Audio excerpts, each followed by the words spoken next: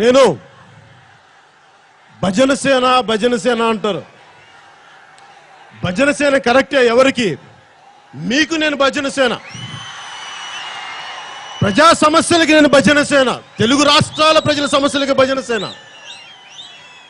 నేను మోదీ గారికి భజన చేయను, అది అర్థం చేసుకోండి.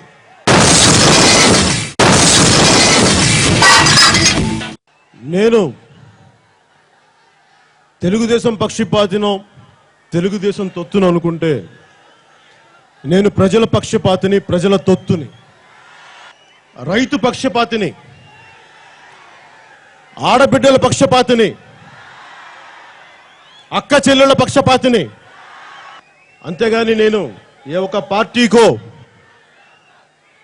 ఏ ఒక్క వ్యక్తులకో నేను నా జీవితాన్ని ఇవ్వను.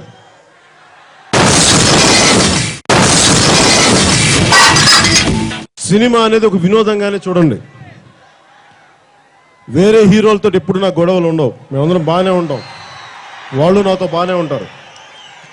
మీరు కూడా సినిమాని ఒక వినోదంగానే చూసి దాన్ని వినోదంగానే మర్చిపోండి. దాన్ని సీరియస్గా తీసుకోవద్దు.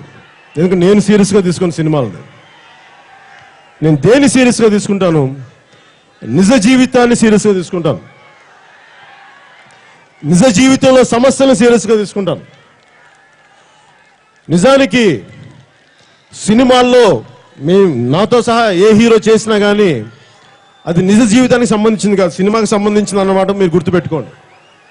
దానికోసం మీ జీవితాలు క్షణికమైన కోపాలతో తాపాలతో మీ జీవితాలని పాడు చేసుకోవద్దు.